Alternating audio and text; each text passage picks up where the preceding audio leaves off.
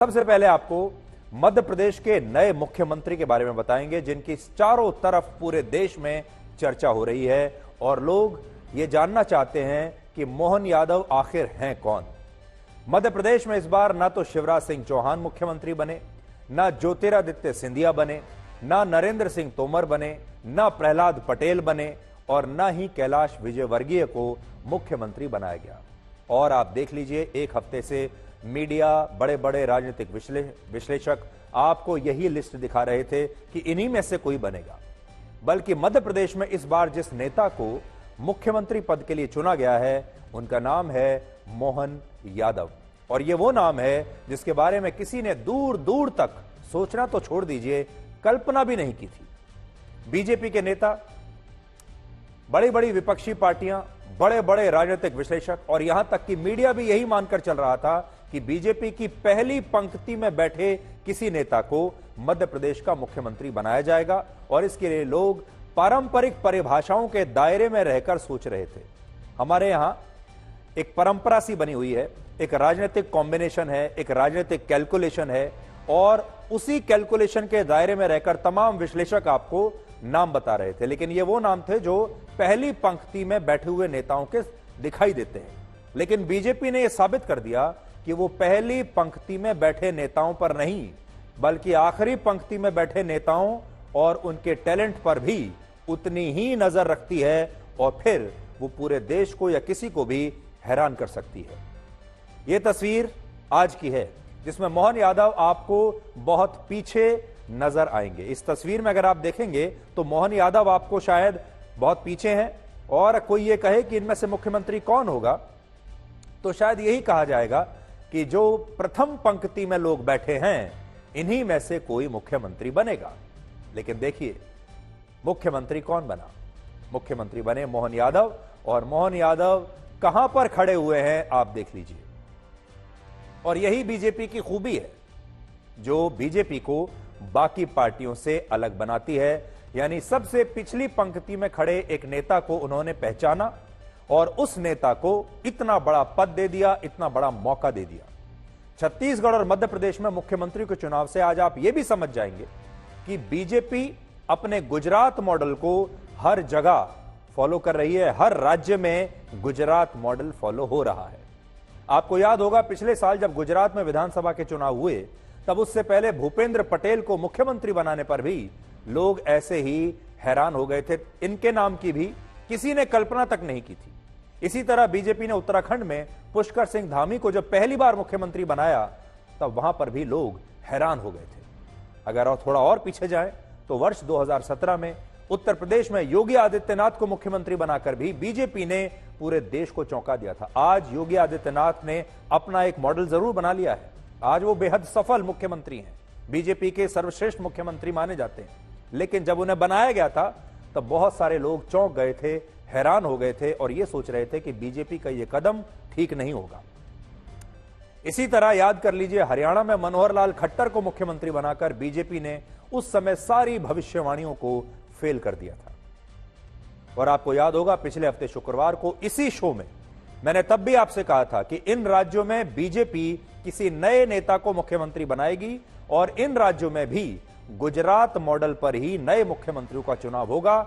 और आज ठीक वही हुआ है। और मैं लगातार आपको यह कहता आ रहा हूं कि अगर आप गुजरात मॉडल को ध्यान से पढ़ लें, यानी एक ऐसा सवाल है जिसका जवाब गुजरात मॉडल में छिपा हुआ है, तो अगर आप गुजरात मॉडल में पढ़ लें, उसको अच्छी तरह से समझ लें, तो इस परीक्षा में कोई भी पास हो सकता था। लेकिन लोगों ने गुजरात मॉडल को नहीं पढ़ा, नहीं समझा।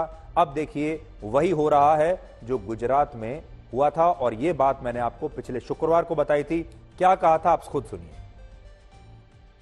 अगर आप गुजरात मॉडल को उठाकर स्टडी करेंगे तो उसमें आपको मध्य प्रदेश का जवाब भी मिल जाएगा, राजस्थान का भी, और छत्तीसगढ़ का जवाब भी आपको उसी में छिपा हुआ है।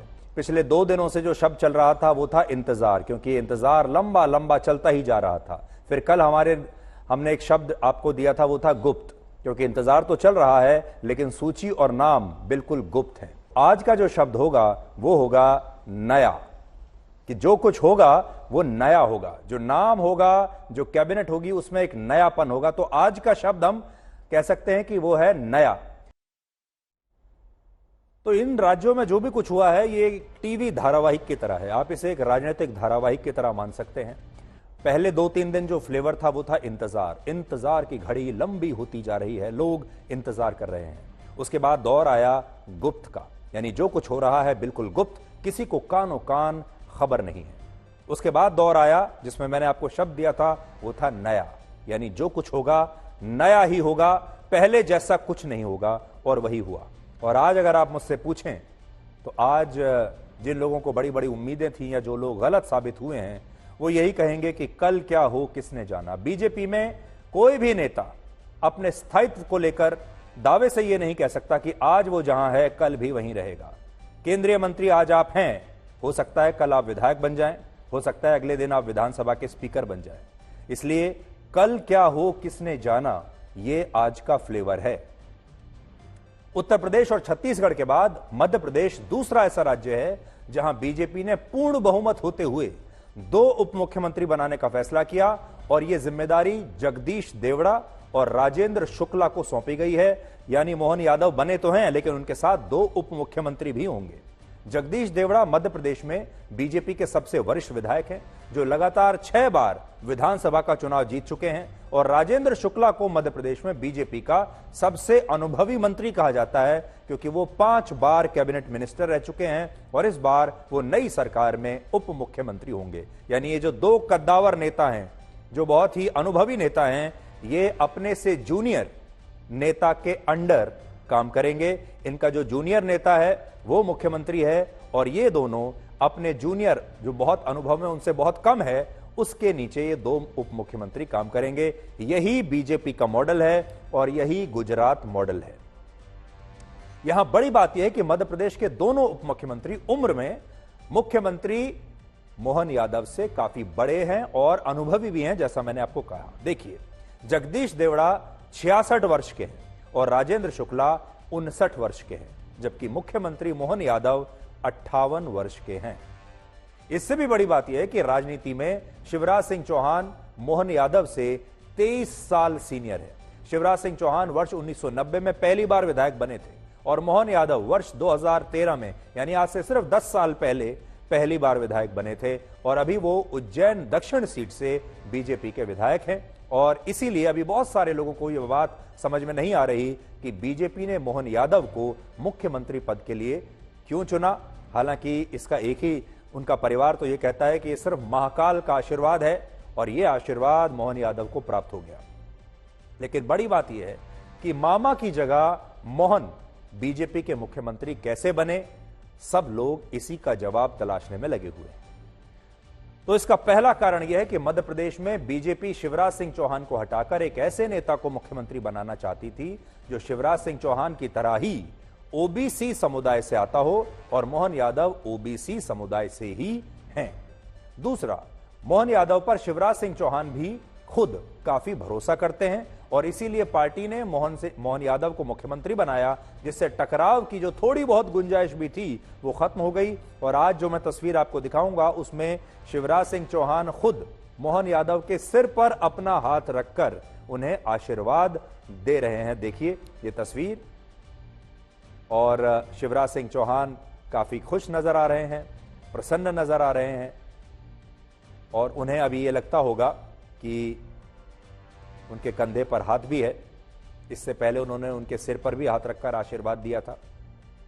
और शिवराज सिंह चौहान को अब यह लगता होगा कि चलिए अगर उन्हें नहीं बनाया तो कम से कम उनके किसी आदमी को मुख्यमंत्री बना दिया, इससे शिवराज सिंह चौहान की भी राज्य में थोड़ी बहुत चलती रहेगी। तीसरा, मोहन यादव को मुख्यमंत्री बनाकर बीजेपी ने उत्तर प्रदेश और बिहार में भी यादव समुदाय के लोगों को एक संदेश देने की कोशिश की है। फिलहाल उत्तर प्रदेश में अखिलेश यादव और बिहार में लालू यादव की पार्टी यादव वोटों की राजनीति करते हैं, लेकिन मध्य प्रदेश में मोहन यादव के मुख्यमंत्री बनने से बिहार और उत्तर प्रदेश की राजनीति पर इसका सीधा असर पड़ेगा। और बड़ी बात यह है कि अखिलेश यादव हो या लालू यादव हो, वो यादवों से कहते हैं कि आप मुझे वोट दीजिए। लालू यादव कहते हैं अपने राज्य के सारे यादवों से कि मुझे वोट दीजिए ताकि मैं अपने बेटे को मुख्यमंत्री बना दूं। वो ये नहीं कहते कि यादव समाज में जो सर्वश्रेष्ठ व्यक्ति होगा उसे हम मुख्यमंत्री बनाएंगे। वो ये नहीं कहते कि मुख्यमंत्री कोई भी बने वो यादव होगा, वो ये कहते हैं सारे यादव मिल जाओ ताकि मेरा बेटा मुख्यमंत्री बने। ऐसा ही अखिलेश यादव ने भी किया है। सारे यादव ये जानते हैं कि अगर उन्होंने अखिलेश यादव को मुख्यमंत्री बनाया तो उनके परिवार के सदस्य ही बड़े बड़े मंत्री पद पर बैठेंगे।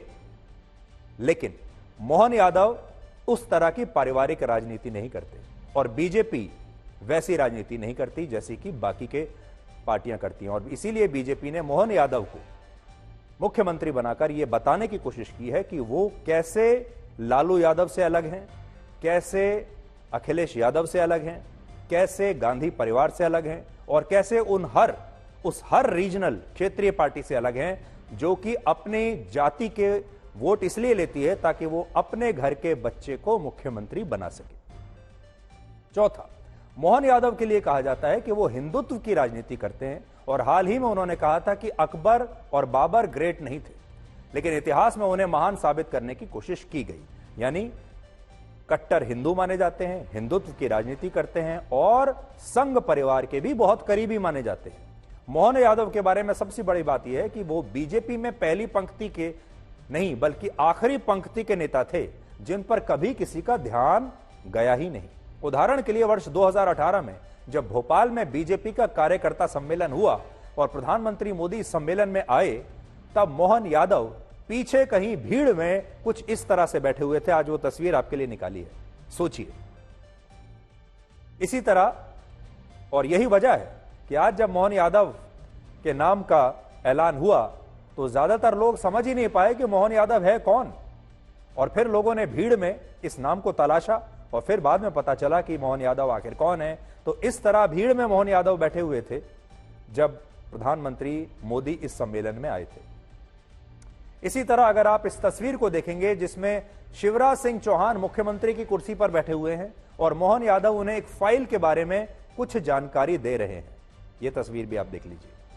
आज जब हमारे देश में ज्यादातर पार्टियां अपने परिवार के लोगों को ही मुख्यमंत्री बनाती हैं, मंत्री या फिर पार्टी का उत्तराधिकारी नियुक्त करती हैं, जैसे मायावती ने कल ही अपने भतीजे आकाश आनंद को बीएसपी में अपना उत्तराधिकारी घोषित किया है, तब मोहन यादव की कहानी से यह पता चलता है कि बीजेपी में आज भी एक ऐसे कार्यकर्ता का मुख्यमंत्री बनना संभव है जिसे दूसरी पार्टियों में शायद मौका भी ना मिलता। ऐसा कार्यकर्ता जो कहीं दूर पीछे भीड़ में बैठा रहता है, जिसका ना मीडिया इंटरव्यू करता है, ना मीडिया में कहीं उसकी तस्वीर आती है, और जो कहीं ना 3 में है ना 13 में है, वो कहीं दौड़ में है ही नहीं, ऐसे कार्यकर्ता को भी बीजेपी में वो सम्मान मिल जाता है।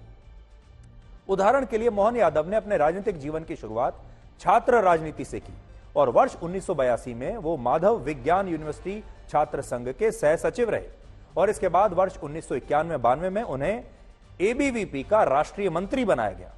बड़ी बात यह है कि मोहन यादव एबीवीपी में राष्ट्रीय मंत्री बनने से लेकर आरएसएस में सहखंड कार्यवाह, खंड कार्यवाह और नगर कार्यवाह बने और उन्होंने हर छोटे से छोटे पद पर काम किया है और वर्ष 2013 में वो पहली बार विधायक बने और आज सिर्फ 10 साल के बाद वो मध्य प्रदेश के मुख्यमंत्री बन गए। 2013 में उन्होंने खुद कभी कल्पना नहीं की होगी, और 2013 तो छोड़िए, 2023 में इन्होंने कल्पना नहीं की होगी कि मैं मुख्यमंत्री बन जाऊंगा।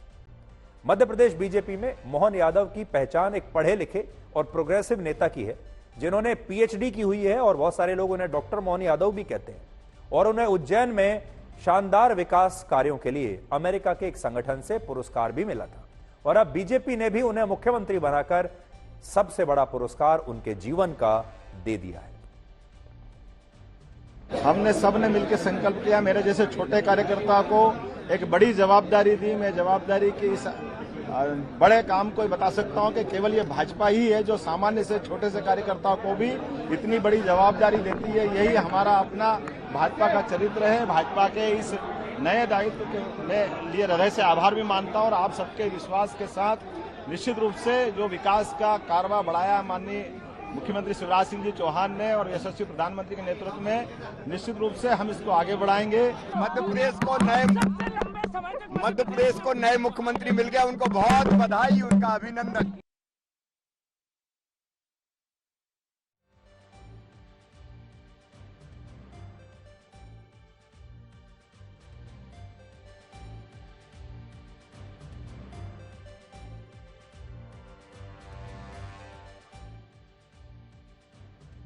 तो जैसे मैं आपको कह रहा था कि ये राजनीति तो है, लेकिन ये राजनीति मनोरंजन से भी भरपूर है। और हम हर रोज आपको लगातार शब्द देते थे। पहले इंतजार दिया, उसके बाद गुप्त शब्द दिया, फिर नया शब्द दिया, लेकिन आज, और फिर मैं आपको ये भी बताता था कि आज की स्थिति पर कौन सा गाना फिट बैठता है। अब देखिए आज की स्थिति पर कौन सा गाना फिट बैठता है, आपकी स्क्रीन पर अभी आएगा, आप देखिएगा, मैं आपको बताता हूं। ये देखिए, जिंदगी एक सफर है सुहाना, यहां कल क्या हो किसने जाना, ये गाना है। और ये गाना आज की स्थिति में बीजेपी के नेताओं पर फिट बैठता है। एक और गाना आज फिट बैठता है, हर घड़ी बदल रही है रूप जिंदगी, छांव है कभी कभी है धूप जिंदगी। तो बीजेपी के वो तमाम नेता, सोचिए, जो केंद्रीय मंत्री थे, कल तक केंद्रीय मंत्री थे, उसके बाद इस्तीफा लिया, विधायक बन गए, और अब वो विधायक ही रहेंगे। यहां दिल्ली में बड़े बड़े बंगले खाली करने का नोटिस उन्हें आ चुका है। तो इसीलिए बीजेपी में कुछ भी स्थायी नहीं है, और कैसे लगातार जिंदगी बदलती जाती है, कभी धूप है कभी छांव है। और सब चीजें छोड़ दीजिए, आज जरा शिवराज सिंह चौहान के बारे में सोचिए।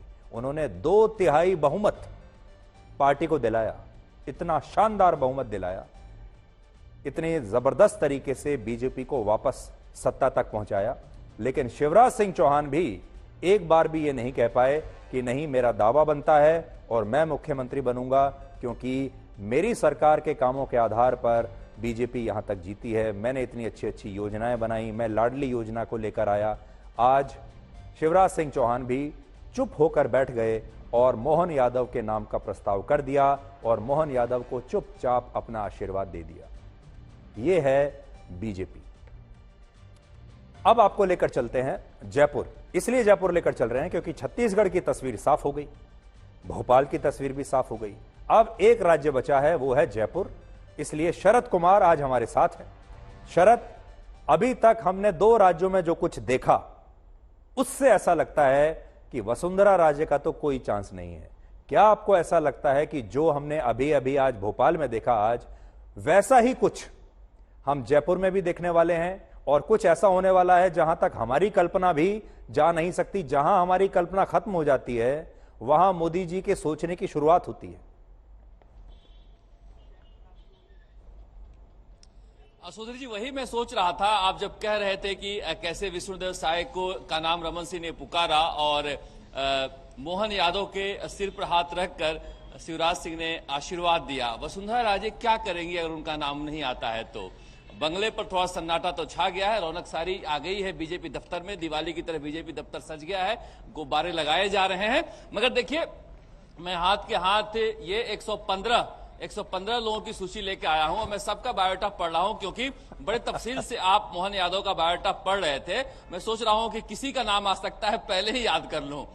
प्रधानमंत्री नरेंद्र मोदी जिस तरह से फैसले कर रहे हैं, सेट फार्मूले के तहत हम आकलन कर रहे हैं, लेकिन वो सेट फार्मूले को तोड़ते जाते हैं। अब सेट फार्मूले में लोग कहा जाए छत्तीसगढ़ में आदिवासी हो गए और मध्य प्रदेश में ओबीसी, तो यहां कोई दलित या अगड़ी जाति की महिला आ सकती है। अब महिला 4 हैं अगड़ी जाति के, चारों राजघराने के, वसुंधरा राजे धौलपुर राजघराना, कोटा की कल्पना देवी राजघराने की महारानी, सिद्धि कुमारी बीकानेर की पूर्व राजकुमारी, दिया कुमारी जयपुर की पूर्व राजकुमारी, ये चारों राजघराने के हो गए।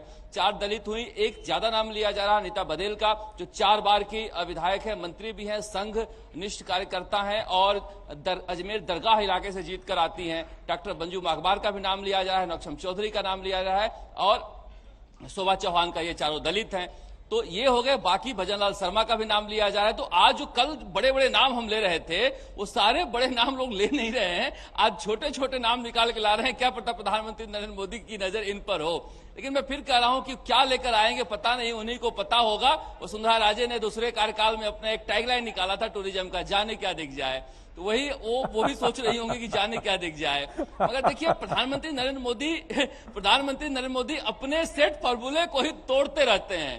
इसलिए मुझे याद आया, जब मोहन यादव का नाम आया तो मैं स्कूल में पढ़ रहा था सुधीर जी, और उस समय एक सुभाष यादव बड़े कद्दावर नेता हुआ करते थे मध्य प्रदेश के, और वो उनको नहीं बना के अर्जुन सिंह ने दिग्विजय सिंह को बनाया था। तो उन्होंने कहा था कि ओबीसी का हक मारा गया, और बाद में अर्जुन सिंह ने बहुत दिनों बाद खुलासा किया था कि नंबर तो सुभाष यादव का भी है। तो प्रधानमंत्री नरेंद्र मोदी जो हैं, वो कांग्रेस के हिस्टोरिकल फॉल्ट को भी सही करते नजर आते हैं। तो इसलिए वो कहां नजर रखते हैं और कहां पर निशाना लगता है, वो कोई, आप सही कह रहे थे, आकलन नहीं किया जा सकता है। मगर अगर अगड़ी जाति के आते हैं तो फिर गजेंद्र सिंह भी हैं, दिया कुमारी भी हैं, राज्यवर्धन सिंह राठौड़ है, भजालाल शर्मा है। मैं आपको बता सकता हूं, आप जितना भी गणित लगा लीजिए, मैं आज आपको ये बता सकता हूं, आप कितना भी गणित लगा लीजिए, आप कुंजी में से कुछ भी जवाब निकाल के देख लीजिए, जो कुंजी आप निकाल कर बैठे हैं उसमें से क्वेश्चन पेपर नहीं आएगा, क्वेश्चन पेपर कहीं और से ही आएगा। छत्तीसगढ़ में तो अब जो लॉजिक समझ में आता है वो यही है, छत्तीसगढ़ में व से विष्णु और मध्य प्रदेश में मां से मोहन। अब जयपुर में न जाने कौन सा शब्द होगा।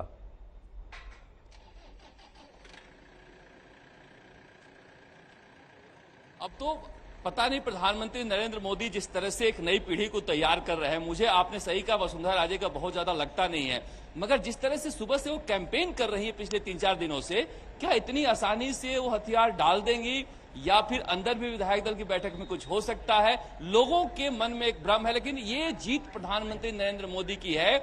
और जब से मोहन यादव का नाम आया, मैं इसी बीजेपी दफ्तर में हूं सुधीर जी, हर कार्यकर्ता खुश है। मुझे लगा कि प्रधानमंत्री नरेंद्र मोदी देश की जनता और बीजेपी कार्यकर्ताओं को नब्ज को पहचानते हैं। वो कहते हैं कि तो देखो हमारे एक आम कार्यकर्ता को मुख्यमंत्री बना दिया, तो वो उस चीज को समझिए कि किस तरह से एक कॉमन मैन को और कॉमन बीजेपी के कार्यकर्ताओं को साई को समझ रहे हैं। इसीलिए आप बिल्कुल सही कर रहे हैं कि किसी का भी नाम आ सकता है, जो हम ये लेकर बैठे हो सकता है जी, नाम उससे अलग भी नाम आ सकता है जी।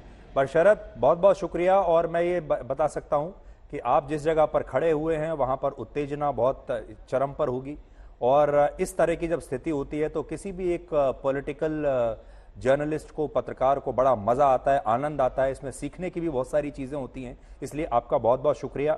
और अभी तो बीजेपी में वही बात कह सकते हैं कि कल क्या हो किसने जाना। तो मध्य प्रदेश में मोहन यादव को मुख्यमंत्री बनाने के बीजेपी के फैसले ने लोगों को जरूर हैरान किया है, लेकिन छत्तीसगढ़ में विष्णुदेव साय का नाम मुख्यमंत्री पद के दावेदारों की रेस में पहले से था। विष्णुदेव साय आदिवासी समुदाय से आते हैं और उन्हें छत्तीसगढ़ में आदिवासी समुदाय का पहला मुख्यमंत्री भी कहा जा रहा है, क्योंकि इससे पहले जब वर्ष 2000 में अजीत जोगी मुख्यमंत्री बने थे, तब उसके बाद उनके आदिवासी समुदाय से होने के दावे को चुनौती मिली थी। 59 वर्ष के विष्णुदेव साय एक ऐसे नेता हैं जिन्होंने राजनीति में निचले पायदान से अपनी यात्रा शुरू की, और इस दौरान उन्होंने हर स्तर पर काम किया है। वो गांव के सरपंच रहे, 2 बार विधायक रहे, 4 बार लोकसभा के सांसद रहे, और इसके बाद वो प्रधानमंत्री मोदी की 2014 की केंद्र सरकार में मंत्री भी रहे। वर्ष 2019 में बीजेपी ने उन्हें टिकट नहीं दिया, क्योंकि 2018 में विधानसभा चुनाव में हार के बाद पार्टी ने यह फैसला किया था कि वो अपने किसी भी सांसद को चुनाव में नहीं उतारेगी। लेकिन फिर 2020 में पार्टी ने उन्हें प्रदेश अध्यक्ष बना दिया, और इसके बाद वो 2 साल तक इस पद पर रहे। तो यहां इनकी कहानी भी लगभग मोहन यादव जैसी ही है, छोटे कार्यकर्ता जो कि बड़े आदमी बन गए। विष्णुदेव साय की पारिवारिक पृष्ठभूमि राजनीति की रही है, और उनके दादा 1947 से 1952 तक विधायक थे। उनके 2 चाचा भी विधायक और सांसद रहे थे। और छत्तीसगढ़ में 34% आबादी आदिवासियों की है। वहां 29 सीटें आदिवासी समुदाय के लिए आरक्षित है, जिनमें इस बार बीजेपी ने 17 सीट जीती हैं।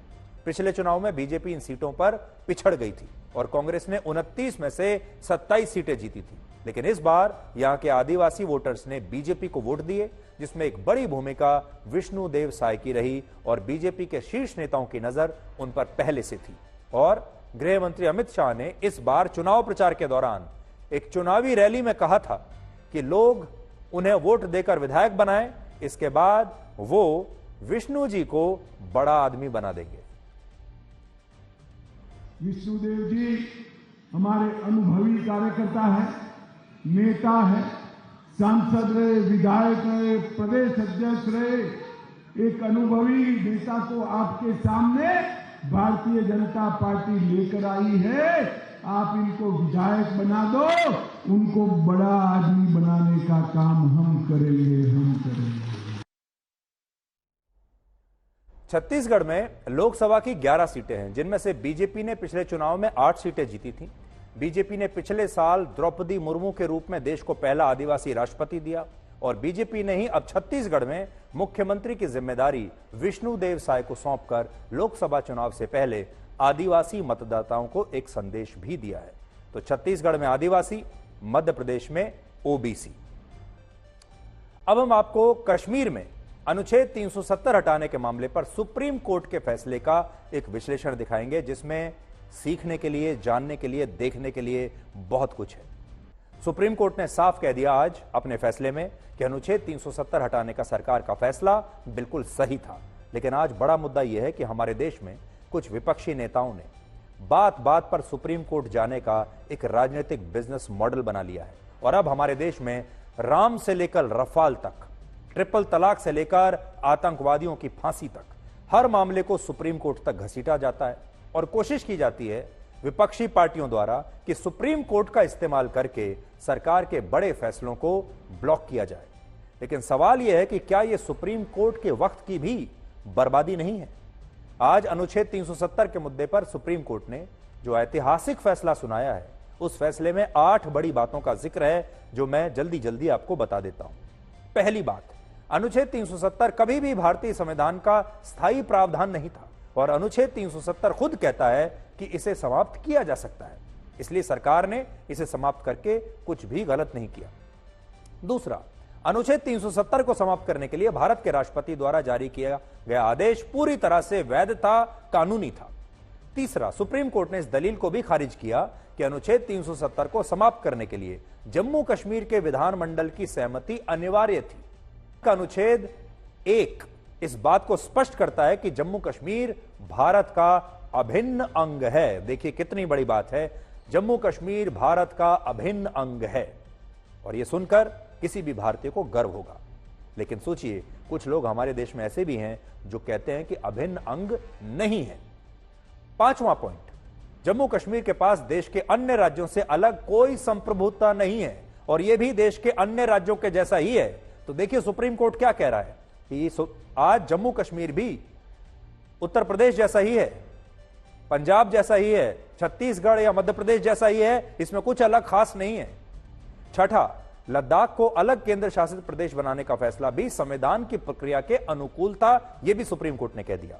सातवां, सुप्रीम कोर्ट ने यह भी कहा कि संविधान के जिस अनुच्छेद 35A ने जम्मू कश्मीर के लोगों को विशेष अधिकार दिए, उसी ने देश के बाकी राज्यों के लोगों से कहीं भी बसने, नौकरी करने और जमीन खरीदने के 3 मूल अधिकार छीन भी लिए।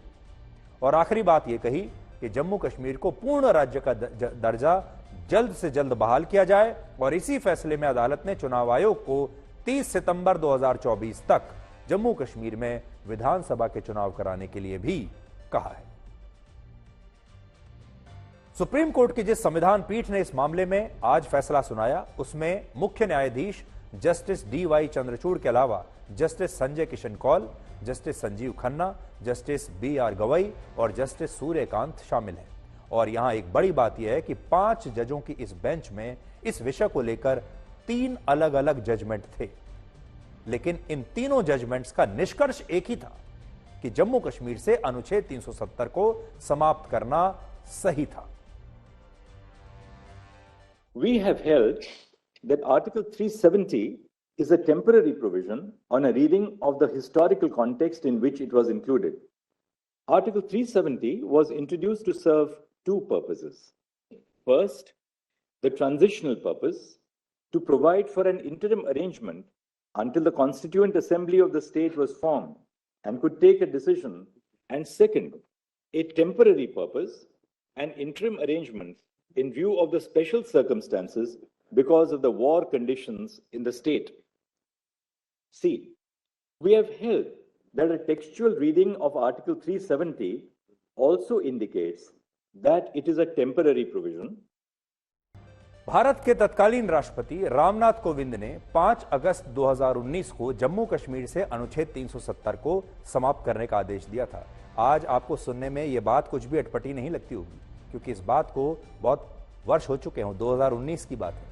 लेकिन 2019 में जिस दिन यह हुआ था, पूरा देश हैरान हो गया था, क्योंकि उन्होंने कल्पना भी नहीं की थी। इस देश में रहने वाले जो लोग थे, वो ये ऐसा मान के चलते थे कि उनके जीवन काल में ना तो कभी 370 हटेगा और ना कभी राम मंदिर बनेगा।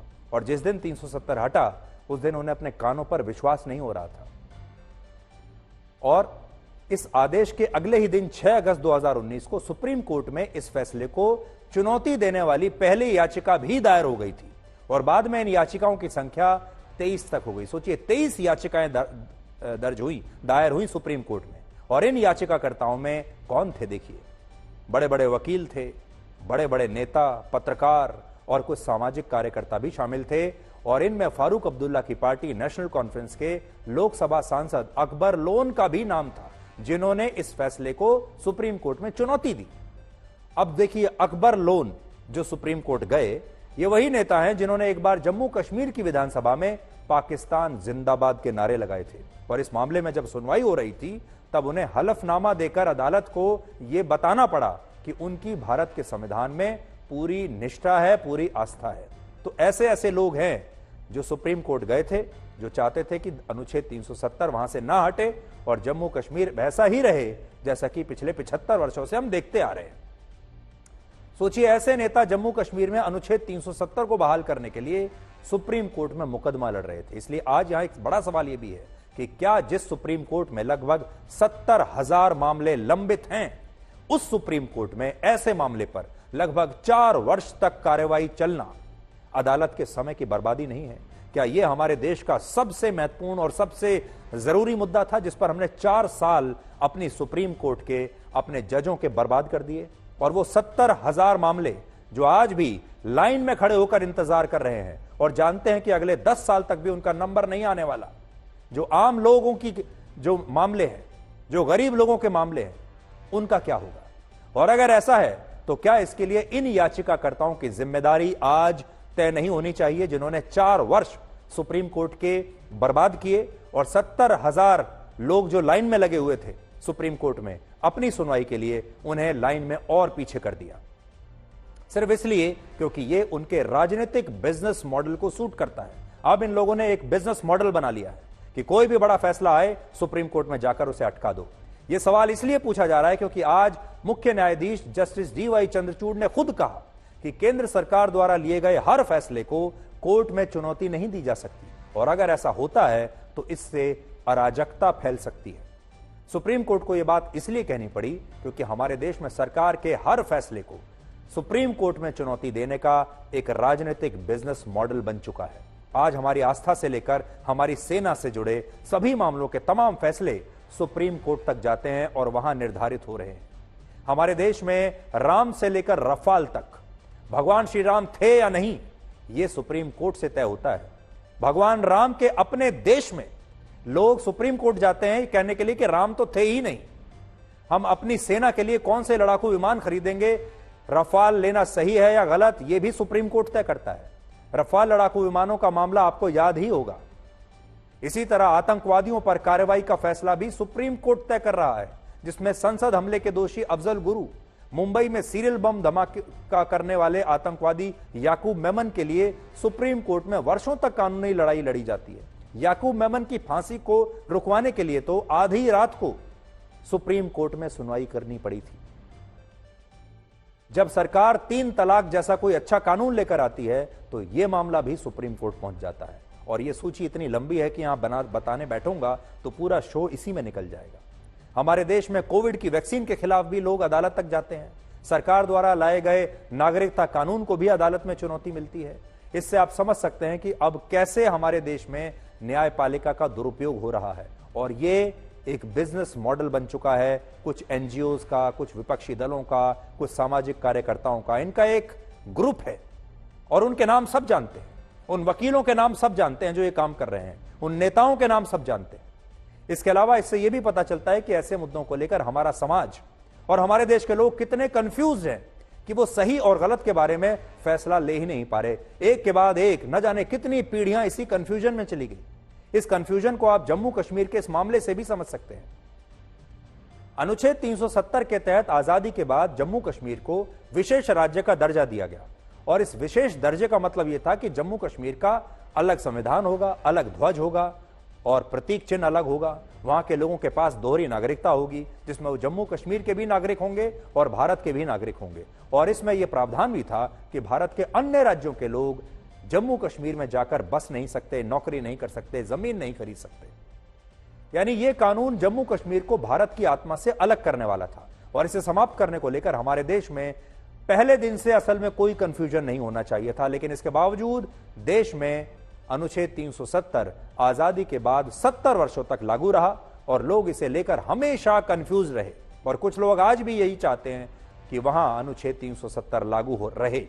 लेकिन आज आप ये देखिए कि अनुच्छेद 370 को हटाने से जम्मू कश्मीर में पिछले 4 वर्षों में क्या बदला है, जरा आप ये भी तो देख लीजिए। जम्मू कश्मीर में पहले हर साल पत्थरबाजी की 1,500 से ज्यादा घटनाएं होती थी, जिनमें सैकड़ों नागरिक मारे जाते थे। लेकिन इस साल वहां पत्थरबाजी की एक भी घटना नहीं हुई। पहले वहां हर साल औसतन 300 बार सीमा से आतंकवादियों की घुसपैठ होती थी। अब इन घटनाओं की संख्या हर साल 50 से भी कम रह गई है। 2019 से पहले वहां जम्मू कश्मीर की जीडीपी 1 लाख करोड़ थी, अब यह 2,27,000 करोड़ रुपए की हो गई है। 2019 से पहले जम्मू कश्मीर में हर साल मुश्किल से 10 से 15 लाख पर्यटक पहुंचते थे, अब हर साल 2 करोड़ के आसपास पर्यटक वहां पहुंचते हैं। पिछले 4 वर्षों में जम्मू कश्मीर में आतंकवादी हमलों में 58% की कमी आई है। 31 वर्षों के बाद वर्ष 2021 में फिर से कश्मीर में सिनेमा हॉल्स खुले और अब जम्मू कश्मीर के युवा ब्रेन वॉश होने की बजाय देश के लिए खेलों में मेडल लाने के लिए परिश्रम कर रहे हैं। पहले जम्मू कश्मीर के सिर्फ 2 लाख युवा खेलों से जुड़े थे, अब इनकी संख्या 60 लाख हो गई है। इससे आप समझ सकते हैं कि अनुच्छेद 370 के हटने से जम्मू कश्मीर कितना बदल गया है। अब जरा उस व्यक्ति के बारे में भी बात हो जाए जिस व्यक्ति की वजह से यह असंभव सा दिखने वाला काम संभव हो पाया। लोग कहते थे कि अनुच्छेद 370 हमारे जीते जी कभी नहीं हटेगा, ऐसा सोच ही नहीं पाते थे। लेकिन एक व्यक्ति ने यह कर दिखाया। जब हमारे देश के ज्यादातर नेता राजनीतिक फायदे के लिए किसी मुद्दे को उठाते हैं या किसी खास मुद्दे पर जब चाहे तब अपनी राय बदल देते हैं, चुनाव जीतने के लिए कभी इधर बैठते हैं कभी उधर बैठते हैं, चुनाव जीतने के लिए कभी किसी मुद्दे को उछाल देते हैं और फिर कभी उसे वापस ठंडे बस्ते में रख देते हैं, तब प्रधानमंत्री मोदी ने जम्मू कश्मीर को मुख्य धारा में लाकर दुनिया को यह बताया कि उनके लिए जम्मू कश्मीर का मुद्दा कभी भी राजनीतिक मुद्दा नहीं था, ये उनके दिल से जुड़ा हुआ मुद्दा था। इस तस्वीर को आप देखिए, 1991 में शुरू हुई उस एकता यात्रा की तस्वीर है, जब प्रधानमंत्री मोदी बीजेपी के एक छोटे से कार्यकर्ता थे और वो श्रीनगर में लाल चौक पर तिरंगा फहराने के लिए तब जा रहे थे। सोचिए, उस जमाने की तस्वीर है। तब से जम्मू कश्मीर उनके दिल में था। इस तस्वीर में प्रधानमंत्री मोदी के पीछे लिखा है, अभी दोबारा आपको दिखाऊंगा, 370 हटाओ, आतंकवाद मिटाओ। देखिए कितनी पुरानी तस्वीर है। किसी नेता का जो स्थायित्व होता है किसी मुद्दे को लेकर, कि वो लगातार दशकों तक एक मुद्दे के पीछे रहता है, उसे लगातार अपना समर्थन देता है, इससे यह पता चलता है कि वो नेता अपने विचारों और विचारधारा के प्रति कितना स्थायी है। जब प्रधानमंत्री मोदी को लाल चौक पर तिरंगा फहराने से रोकने के लिए आतंकवादियों ने एक बड़ा हमला किया था और उन्हें धमकी दी थी कि वो लाल चौक आने वाले लोगों को छोड़ेंगे नहीं, तब उन्होंने कहा था कि आज लाल चौक पर फैसला हो जाएगा कि किसने अपनी मां का दूध पिया है। और इसके बाद प्रधानमंत्री मोदी लाल चौक गए और उन्होंने वहां पर तिरंगा भी फहराया था। उसी समय की तस्वीर दिखा रहे हैं और ऐसा लगता है कि उन्होंने तब से ही ठान लिया था कि एक दिन जम्मू कश्मीर को इस तरह की ताकतों से आजादी दिलाएंगे। तो प्रधानमंत्री मोदी जम्मू कश्मीर का मुद्दा वोट पाने के लिए नहीं उठाते रहे, वो चुनाव जीतने के लिए यह मुद्दा नहीं उठाते रहे, ये उनके लिए चुनावी मुद्दा नहीं था, बल्कि जम्मू कश्मीर उनके दिल में था और शुरू से था। जम्मू कश्मीर को लेकर प्रधानमंत्री मोदी की नीतियां पहले से ही स्पष्ट थी और इसलिए उन्होंने जब वो प्रधानमंत्री बने उसके बाद लाल किले से 2 बार जम्मू कश्मीर का अपने भाषणों में जिक्र किया। अनुच्छेद 370 हटाने से पहले 18 बार वो जम्मू कश्मीर की यात्रा कर चुके थे मुख्य प्रधानमंत्री के तौर पर। उनकी सरकार के अलग अलग मंत्रियों ने अनुच्छेद 370 हटने से पहले यानी 5 अगस्त 2019 से पहले 146 बार जम्मू कश्मीर का दौरा किया। इससे आप समझ सकते हैं जम्मू कश्मीर का महत्व मोदी सरकार में कितना अधिक था। 2014 में जब जम्मू कश्मीर में बाढ़ आई तब भी प्रधानमंत्री मोदी खुद कश्मीर के दौरे पर गए और इससे आप समझ सकते हैं कि इस राज्य को लेकर उन्होंने जो गारंटी दी उस गारंटी को उन्होंने पूरा किया और यह भी बताया कि जम्मू कश्मीर का मुद्दा उनके लिए राजनीतिक मुद्दा नहीं है। जब वहां बाढ़ आई तो जम्मू कश्मीर के लोगों के लिए प्रधानमंत्री मोदी खुद दिन रात काम कर रहे थे, उनके लिए खुद वहां पर खड़े हुए थे। आज भी प्रधानमंत्री मोदी ने अपने ट्वीट में सुप्रीम कोर्ट के इस फैसले को जम्मू कश्मीर के लिए आशा की एक नई किरण बताया है और गृह मंत्री अमित शाह ने राज्यसभा में सुप्रीम कोर्ट के फैसले को जम्मू कश्मीर के लोगों की जीत बताया है। और आज का दिन जम्मू कश्मीर और भारत के इतिहास में अलग दृष्टि से भी बहुत सुवर्ण अक्षरों से अंकित होने वाला है, क्योंकि आज ही सर्वोच्च अदालत की संवैधानिक खंडपीठ ने धारा 370 को समाप्त करने का और जम्मू कश्मीर राज्य के पुनर्गठन का विधेयक, जो मैं 5 अगस्त 2019 को इस सदन में मोदी जी के लिए गए निर्णय के अनुमोदना में लेकर आया था, वो बिल लाने की मंशा, बिल का संवैधानिक रूप से स्वीकार और पूरी प्रक्रिया को भी माननीय सर्वोच्च अदालत ने संवैधानिक घोषित किया है, सर्वानुमत से। आपको जानकर दुख होगा कि सुप्रीम कोर्ट के इस फैसले से आज हमारे ही देश के कुछ विपक्षी नेताओं को बड़ी निराशा हुई है, बहुत पीड़ा हो रही है, दर्द हो रहा है और उनकी पीड़ा उतनी ही है जितनी पीड़ा आज पाकिस्तान को हो रही है। पाकिस्तान के विदेश मंत्रालय ने भारत के सुप्रीम कोर्ट के इस फैसले का विरोध किया है और कहा है कि जम्मू कश्मीर पर भारत का संविधान लागू नहीं होता और इसलिए सुप्रीम कोर्ट ने अनुच्छेद 370 को लेकर जो फैसला दिया है ये गलत है। लेकिन हमारे देश के ही कुछ विपक्षी नेता भी इस फैसले को लेकर उतना ही दुख जता रहे हैं जितना पाकिस्तान ने दुख जताया है और उन्हें आज सुप्रीम कोर्ट ने निराश कर दिया है। लेकिन हमारे देश के विपक्षी नेता कहते हैं कि उनका संघर्ष जम्मू कश्मीर को लेकर जारी रहेगा और पाकिस्तान भी यही कह रहा है कि जम्मू कश्मीर की लड़ाई अभी वो खत्म नहीं होने देगा, ये लड़ाई जारी रहेगी। यानी दोनों एक स्वर में बात कर रहे हैं।